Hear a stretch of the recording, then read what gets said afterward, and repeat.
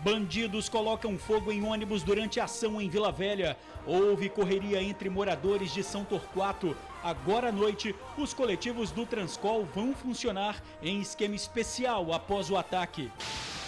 Paulo Artung reassume o governo e mulheres de PMs apresentam nova proposta para acordo.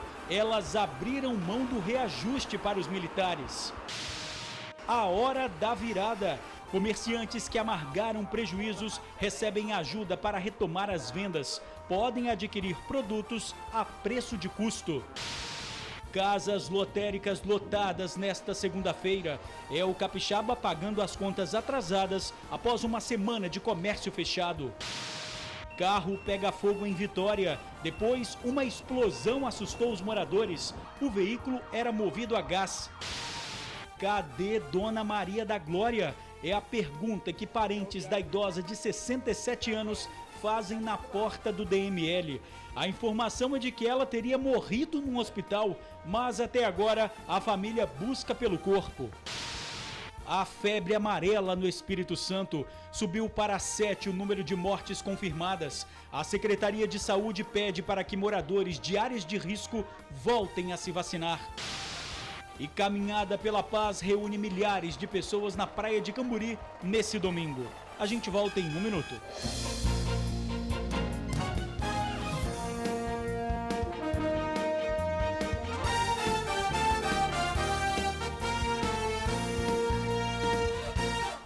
Olá, boa noite. Bandidos colocam fogo em ônibus durante assalto em Vila Velha. O ônibus foi incendiado bem perto das casas no bairro São Torquato, em Vila Velha. Aí, tá pegando fogo, tá pegando fogo. O fogo derreteu o banco do motorista e o volante. O estrago só não foi maior porque alguns moradores conseguiram apagar as chamas. A linha municipal faz o trajeto entre os bairros São Torquato e Araçás. Os criminosos pararam o ônibus no meio da rua. 6 criminosos teriam participado da ação. 4 estavam num carro e os outros 2 numa moto. Eles obrigaram todo mundo a sair do coletivo. O cobrador, o motorista e cerca de 10 passageiros. E logo depois, atearam fogo no veículo. Esse homem, que tem medo de mostrar o rosto, conseguiu socorrer alguns passageiros. Havia crianças também. Eu estava em casa, de repente eu vi um barulho, tinha tipo um cantado de pneu.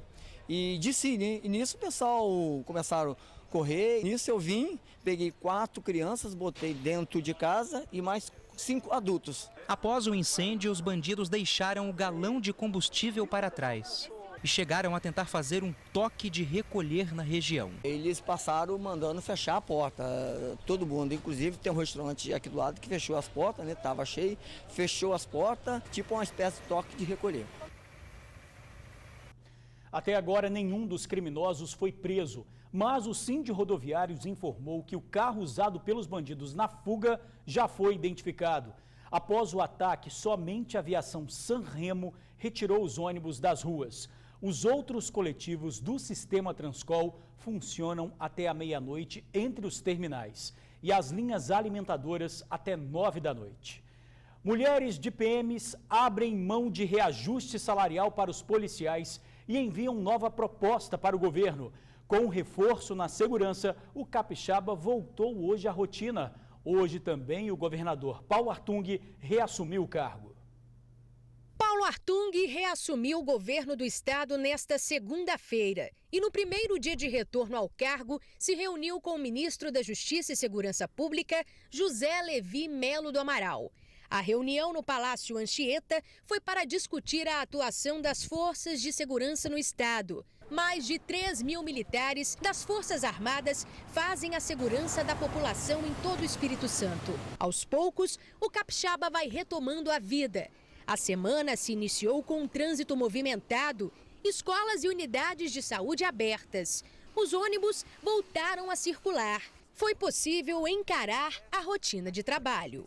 Vamos tentar o dia hoje, né? Trabalhar. Pelo que a gente já percebeu, né? O policiamento na rua, os ônibus circulando, né? É o que a gente estava precisando para passar mais confiança para o comércio abrir. De acordo com a Secretaria Estadual de Segurança Pública, nesta segunda-feira, quase 1.200 policiais militares atenderam ao chamado operacional feito pelo comandante da Polícia Militar, Nilton Rodrigues. O policiamento ostensivo contou com 60 viaturas.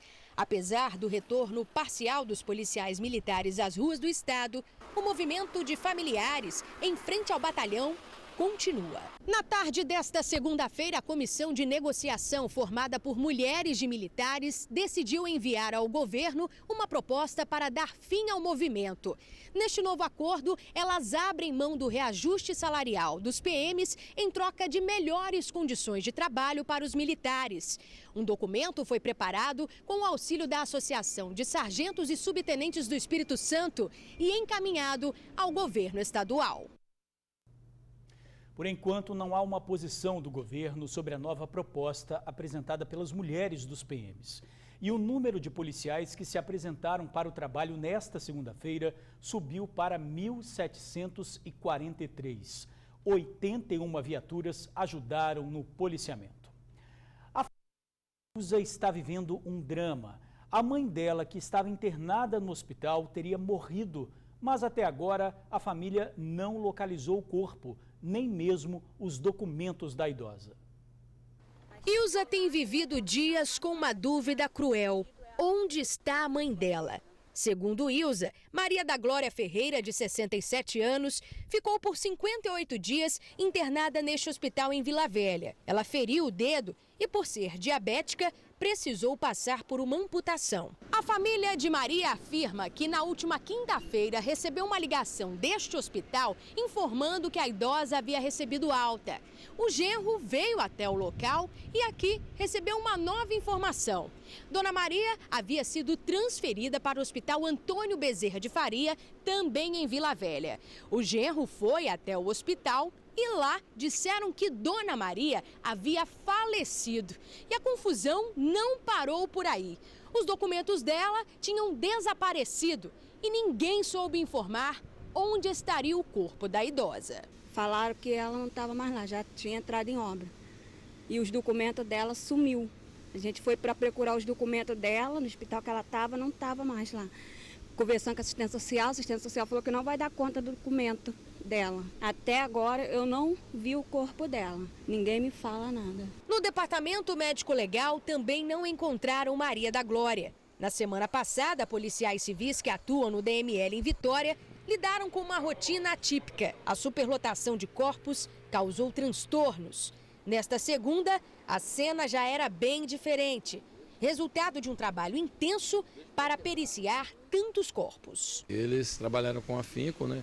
Até mesmo em sobrecarga de trabalho, né? Extrapolando o horário, vendo gente de férias para trabalhar, a fim de atender a grande demanda que foi gerada nos últimos 10 dias em relação principalmente ao crime de homicídios. Com esse empenho dos policiais, né, no desenvolvimento das suas atividades profissionais, né, com muita dificuldade, conseguiu, né, dar vazão a toda essa grande demanda, dar conta, né, na liberação dos corpos, apesar de as deficiências persistirem. Muitas famílias tiveram que lidar com situações semelhantes à da mãe de Ilza. A Polícia Civil orienta que em casos como esse, é necessário registrar uma ocorrência para que seja realizada uma investigação. Nesses casos atípicos, a gente deu orientação, vem dando orientação aos familiares, se não localizar os corpos, nem aqui, ou localizar o familiar no hospital, que se procure o núcleo de pessoas desaparecidas para registro de ocorrência policial, a fim de se iniciarem as investigações preliminares de localização da pessoa. Diego e Ilza esperam encontrar Maria da Glória e tirar de vez essa dúvida que assombra a família. Eu quero saber se está viva ou se está morta, aonde está o documento para me liberar o corpo, aonde está? Essa resposta está no ar. Em nota, a Secretaria de Saúde informou que a família já compareceu ao serviço de verificação de óbito para liberar o corpo. Só que a família disse que não consegue fazer o procedimento porque os documentos da idosa que teriam sumido no hospital não foram encontrados. A Secretaria de Saúde informou que vai apurar o caso. Boa parte do comércio abriu as portas hoje em toda a Grande Vitória. E um grupo de empresários lançou a campanha Recupera Espírito Santo. O objetivo é vender produtos a preço de custo para quem teve prejuízo no comércio. Esta segunda foi dia de Dona Rosalina varrer a calçada. Dia de eliminar a sujeira que acumulou durante a última semana. Na verdade, dia do Espírito Santo começar 2017 outra vez. Não tinha nem como sair de casa, tinha que ficar preso. Mas agora, graças a Deus que voltou, né, normal. Espero que continue, né, porque o nosso Brasil vai ficar como, né? Tá certo, dona Rosalina. Digamos que hoje foi dia de voltar. O capixaba voltou ao trabalho. O comércio voltou a abrir as portas. E até o trânsito voltou a ficar engarrafado. Tudo isso porque alguns PMs também voltaram. É um alívio, né? Esses dias não foram nada legais, né? Mas graças a Deus, né? Parece que as coisas estão voltando aos eixos, né? Hoje está mais tranquilo, mas também não está assim, né? Tão seguro. Mas chegando à tarde as pessoas ficam com medo. À noite.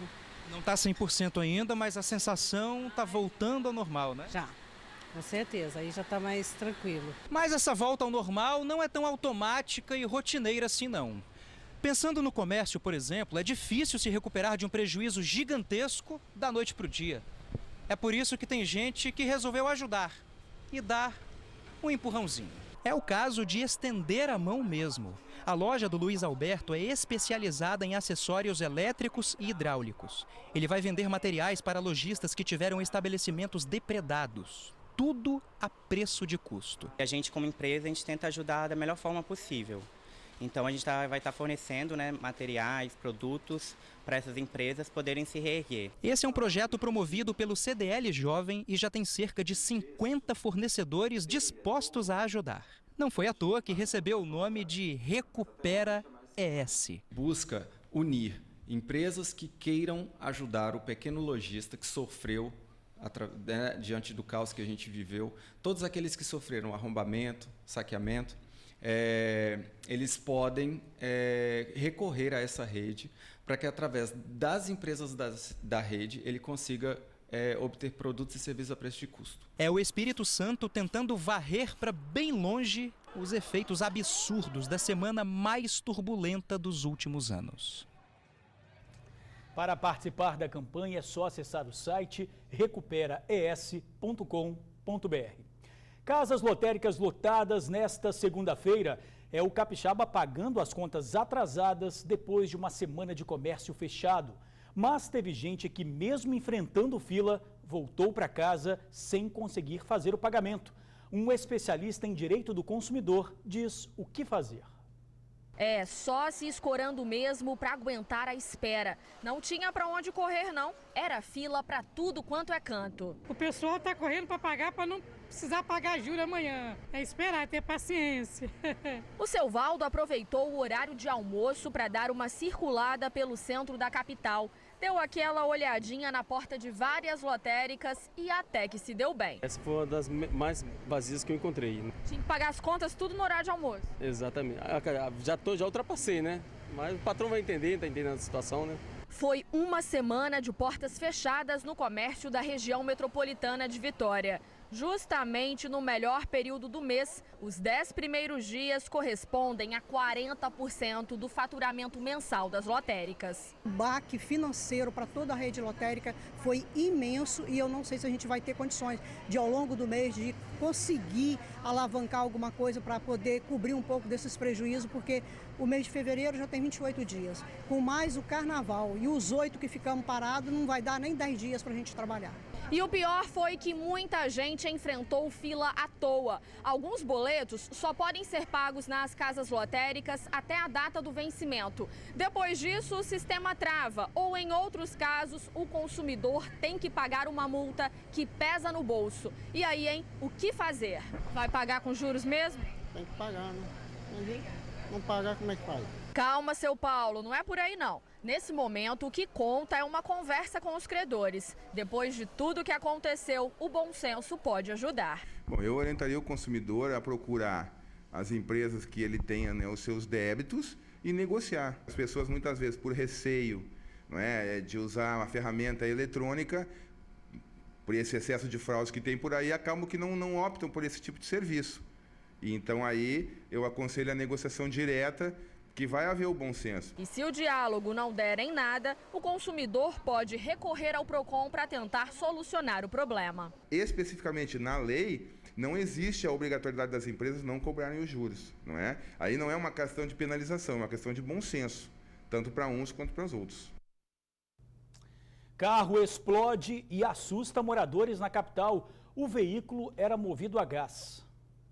O carro ficou completamente tomado pelo fogo em questão de minutos. E quando as chamas chegaram na parte de trás do veículo, a botija de gás explodiu. O barulho na rua José Teixeira, em Santa Lúcia, Vitória, foi tão alto que os moradores da região ficaram assustados no início da manhã, pouco antes das 7 horas. Damos um pulo na cama, quando vimos aquele barulho aqui fora, foi horrível. Daí saímos fora, todo mundo descendo pela escada. Pensamos que tinha explodido alguma coisa aqui na frente, alguma coisa impossível. Se uma coisa aqui, um barulho tão horrível. Pedaços do carro voaram na rua. Um deles atingiu este carro que estava estacionado. Vidros de lojas quebraram e a lona deste lava-jato foi queimada. Este proprietário de uma escola de inglês viu o veículo pegando fogo e correu para ajudar.